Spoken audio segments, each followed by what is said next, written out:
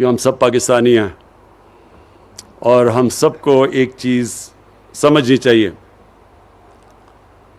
کہ ایک ملک کبھی بھی ایک عظیم ملک نہیں بن سکتا جس ملک کے اندر انصاف نہیں ہوتا، قانون کی بالادستی نہیں ہوتی۔ یہ بڑا ضروری آپ کو اس چیز کو سمجھنا۔ خوشحالی اس قوم میں آتی ہے جس میں طاقت ہوتی ہے انصاف کرنے کی۔ اور قانون کی بالادستی کا مطلب کیا ہوتا ہے؟ یہ بھی ہم سنتے رہتے، قانون کی بالادستی، آئین کی بالادستی۔ قانون کی بالادستی کا صرف ایک مطلب ہوتا ہے کہ طاقتور کو قانون کے نیچے لے کے آنا، کمزور اور طاقتور قانون کے سامنے ایک برابر ہونا۔ جب ہماری نبی صلی اللہ علیہ وسلم نے کہا تھا کہ اگر میری بیٹی بھی جرم کرے گی تو اس کو سزا دی جائے گی، وہ بھی قانون کے اوپر نہیں ہے، اور پھر کہا کہ تمہارے سے پہلے بڑی قومیں تباہ ہوئیں، جیسے طاقتور کے لیے ایک قانون اور کمزور کے لیے دوسرا۔ یہ اپنے ذہن میں ڈال لیں کہ جو قوم جس میں اخلاقی جرأت نہیں ہوتی طاقتور کو قانون کے نیچے لانے کی، وہ کبھی خوشحال نہیں ہو سکتی۔ کیونکہ جو چھوٹا چور چوری کرتا ہے وہ تو جس کی چوری کرتا ہے اس کو نقصان پہنچاتا ہے، لیکن جب آپ کے طاقتور چوری کرتے ہیں، ملک کے سربراہ، وزیر اعظم، وزیر، جب تکڑے لوگ، طاقتور لوگ چوری کرتے ہیں وہ ملک کو تباہ کر دیتے ہیں۔ کیونکہ وہ جب چوری کرتے ہیں وہ تو چوری کرتے ہیں اربوں میں، اب وہ جب اربوں میں چوری کرتے ہیں وہ اربوں روپیہ اپنے بستر کے تو نہیں چھپا سکتے، لہٰذا اس کو ملک سے باہر بھیجتے ہیں۔ اور یہ ہمارا ہی نہیں، یہ ساری دنیا کے اندر غریب ملکوں کی یہی داستان ہے۔ جو دنیا میں مقروض اور غریب ملک ہے اس کو اٹھا کے دیکھ لیں، ان کے بھی طاقتور لوگ، ان کے وزیر اعظم، ان کے صدر، وہ ملک سے پیسہ چوری کر کے باہر لے کے جاتے ہیں۔ ان کے بھی بڑے بڑے محلات ہیں مغربی کیپٹلز کے اندر، لندن میں، نیو یارک میں، فرانس میں۔ تو جب تک ایک معاشرہ ان لوگوں کو قانون کے نیچے نہیں لے کے آتا، ان کا احتساب نہیں کرتا، چھوٹے چھوٹے لوگوں کا احتساب کرنا، پٹواریوں کا اور یہ تھانے دار، اس سے کوئی فرق نہیں پڑتا۔ ہماری نیب 20 سال سے چل رہی ہے، کیا کرپشن کب ہوئی ہے پاکستان میں؟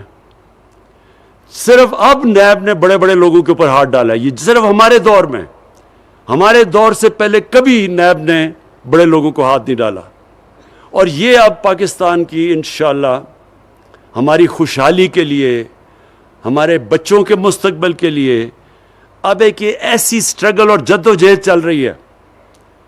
جب بھی ہم جیتیں گے، طاقتور کو قانون کے نیچے لے کے آئیں گے، یہ وہ ملک بنے گا جو آج سے 70 سال پہلے بننا چاہیے تھا، جو آج سے 50 سال پہلے بن رہا تھا۔ یہاں تیزی سے، ہم سارے علاقوں میں ہم سب سے تیزی سے اوپر جا رہے تھے۔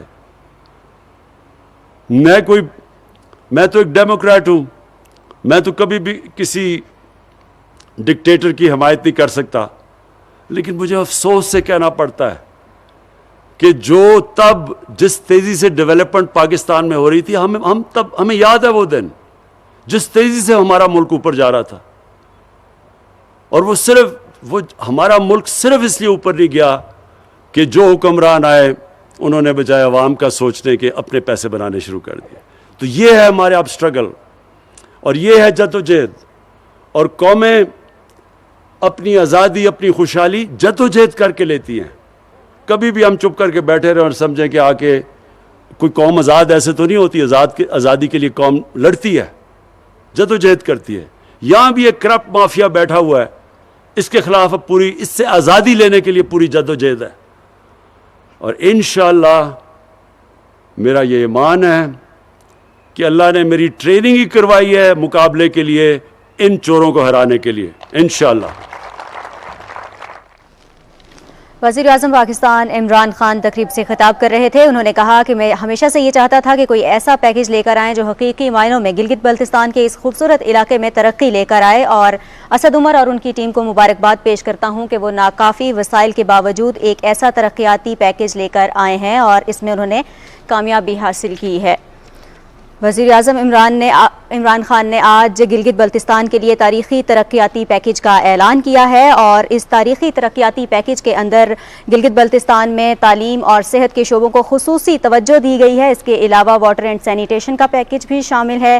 نوجوانوں کو اپنے پاؤں پر کھڑا کرنا ان کا مقصد ہے. وزیر اعظم عمران خان نے کہا کہ 370 ارب روپے کے ترقیاتی منصوبوں پر کام کا آغاز کر رہے ہیں, اور انہوں نے یہ بھی کہا کہ نوجوانوں کو اپنے پاؤں پر کھڑا کرنا ہمارا مقصد ہے, اور اس کے لیے بھی اس ترقیاتی پیکیج میں خصوصی منصوبے شامل کیے گئے ہیں.